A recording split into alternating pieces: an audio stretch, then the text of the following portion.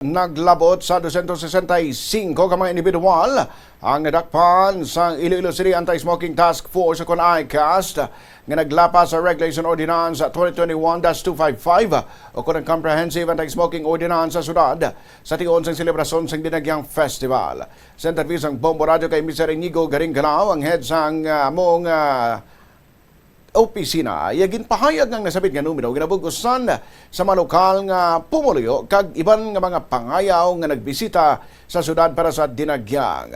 Suno kay Garinggalaw, mas manubo inikon basihan ang kabugusan nga selebrasyon sang Dinagyang isa ka semana antes ang highlights ni dugang pariyad ako ang ginbulig sang parayon nga information dissemination sang local government.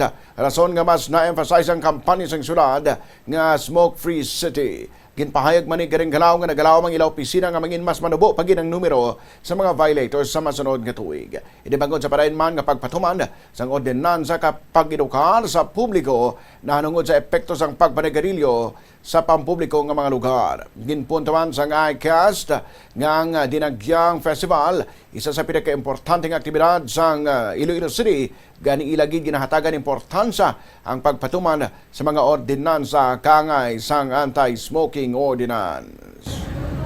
Sa event mismo, mga almost half sina sa event mismo nga 2 days. Kag may foreigners man kita nadakpan, of course before sang main event, tatlo, duha ka Austrian kag isa ka Polish, nagbayad ang duha. Kag di mas lucky ka, do okay man sila. Kaya muna iya ng ordinance. And sang kasadyahan, damo man sing may mga nadakpan man, kag may mga katribo man nga nadakpan, balaan nila pero daw ng testing siguro. So, muna siya, no? Emphasize naton, muna kadamong gawa ang nadakpan. We would wish nga incoming ang mga Dinagyang, it will lower down some more.